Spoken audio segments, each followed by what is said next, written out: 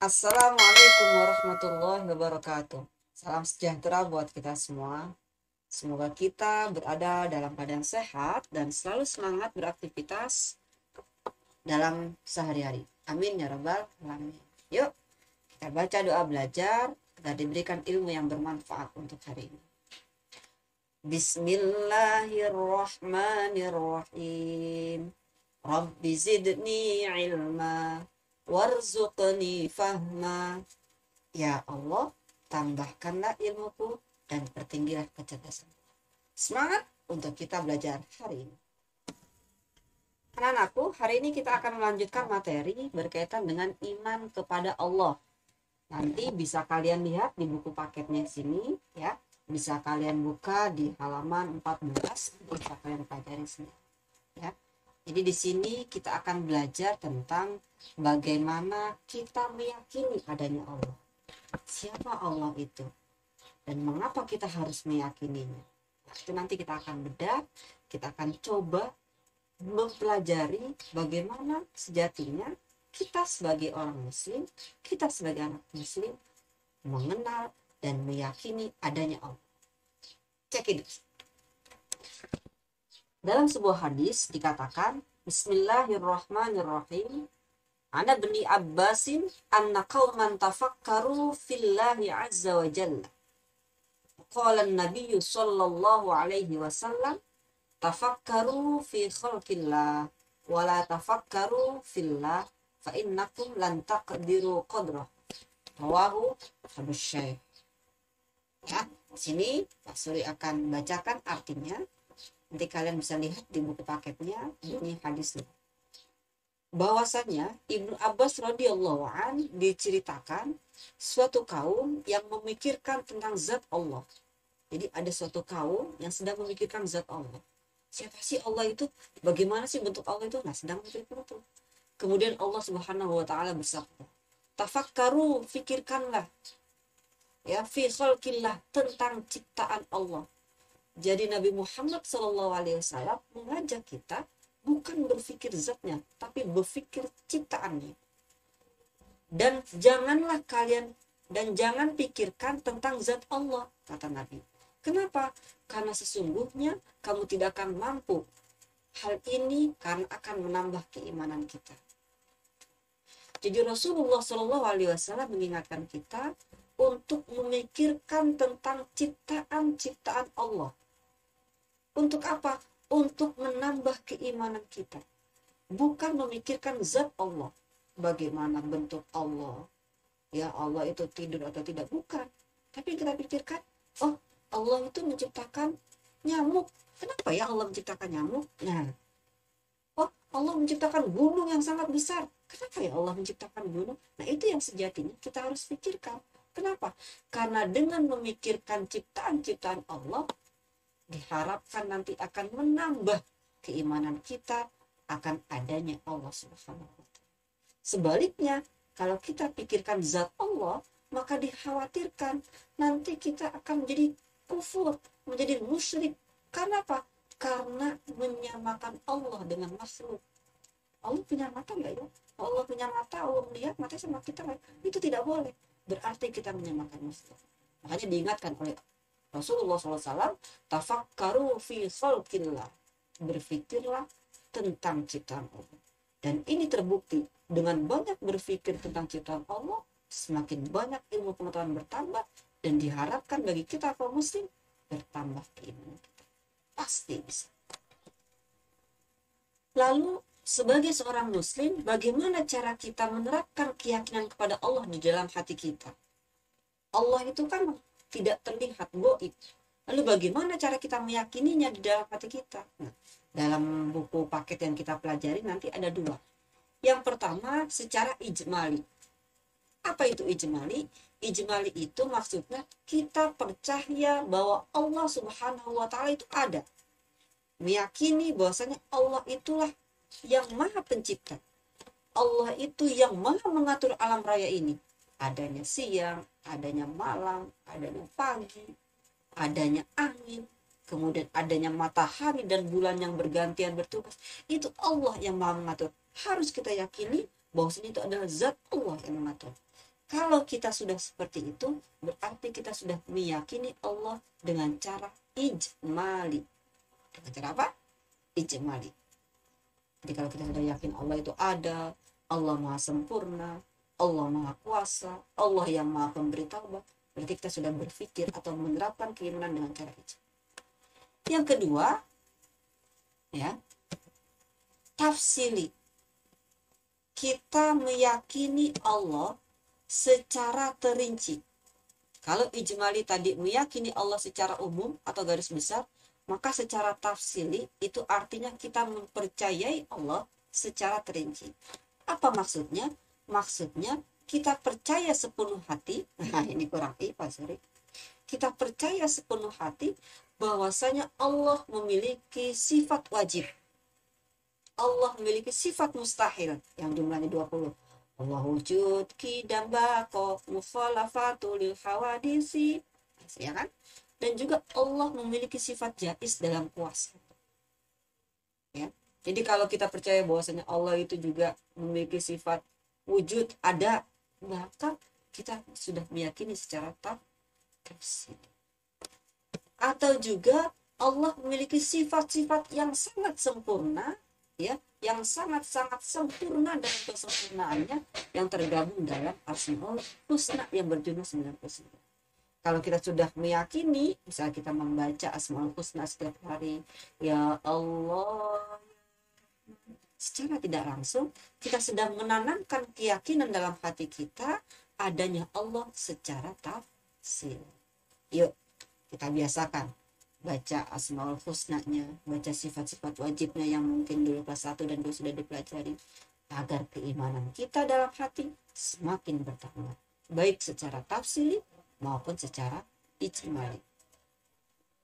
Untuk menambah keyakinan kita tentang adanya Allah setelah kita berkehidupan, berperilaku sehari-hari dan berperilaku yang terpuji, maka ada bukti-bukti. Nah, bukti-bukti adanya Allah agar bertambah keyakinan kita adanya Allah.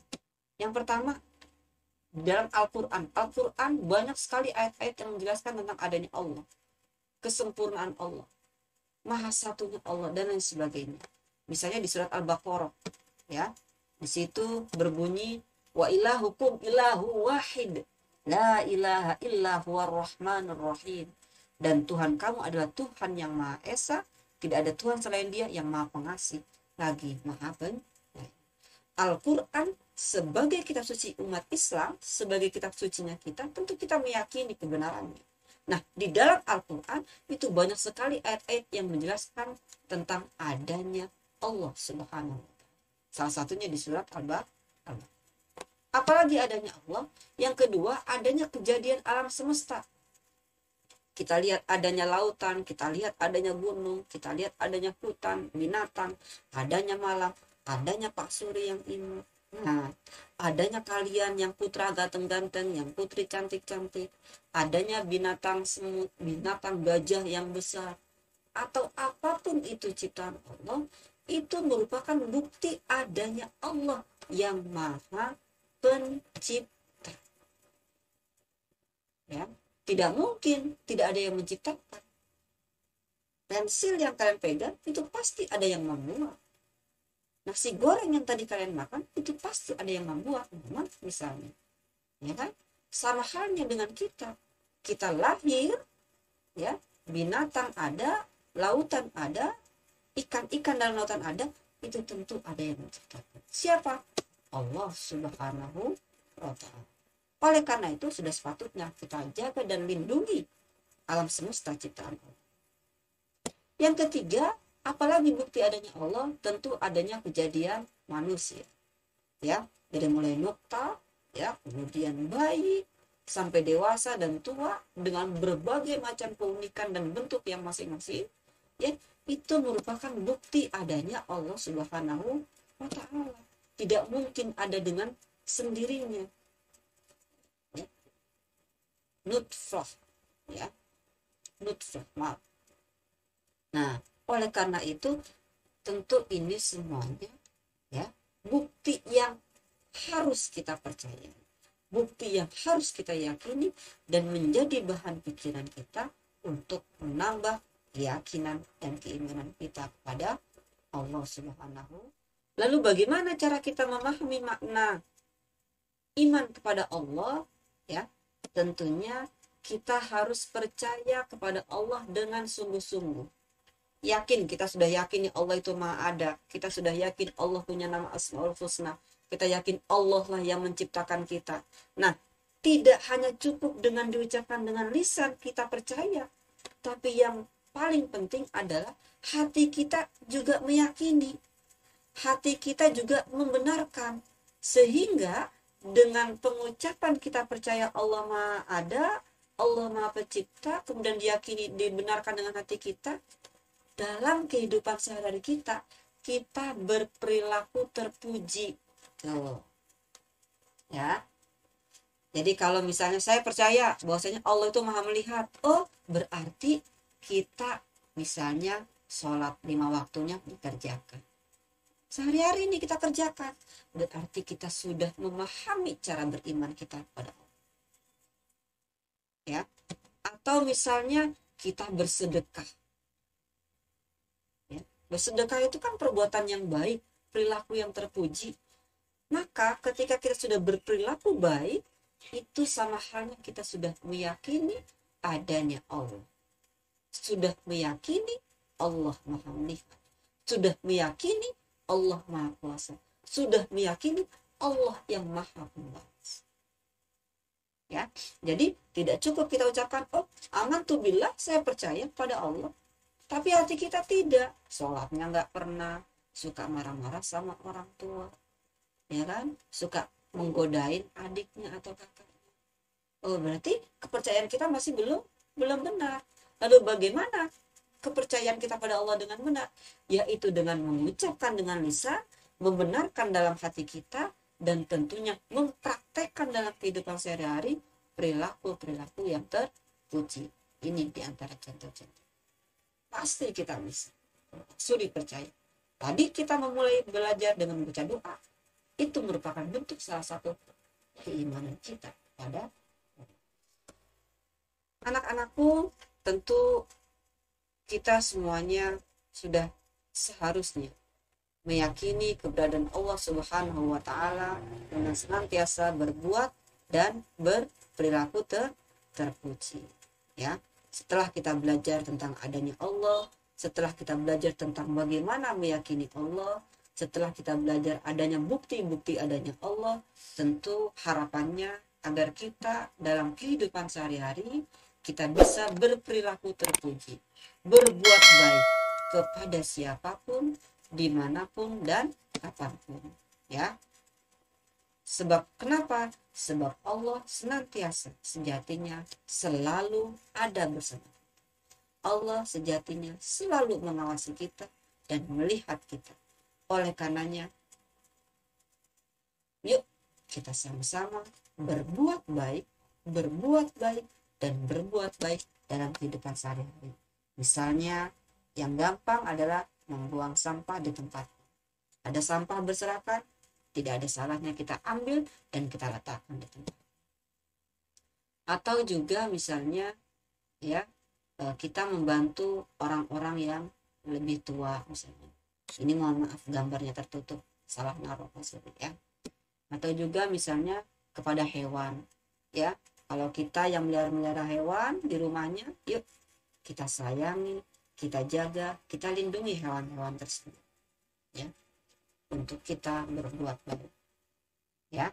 Saat kita berbuat baik pada orang lain, sejatinya kita sedang memberikan hal serupa bagi diri sendiri. Tuh ya, kalau kita sedang berbuat baik, kebaikan itu akan kembali kepada kita.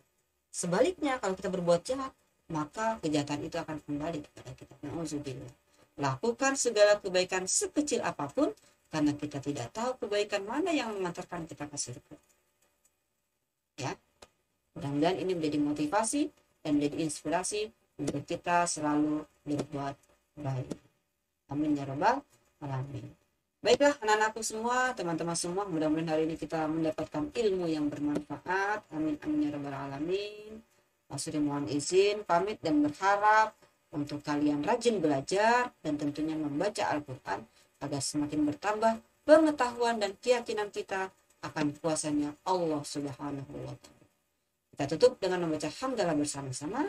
Alhamdulillahirabbil alamin. Subhanakallahumma wa bihamdika asyhadu an la ilaha illa anta astaghfiruka wa atubu ilaik. Kurang lebihnya mohon maaf dari Pak Suri. Terima kasih dan semangat berbuat kebaikan setiap hari. Wassalamualaikum warahmatullahi wabarakatuh.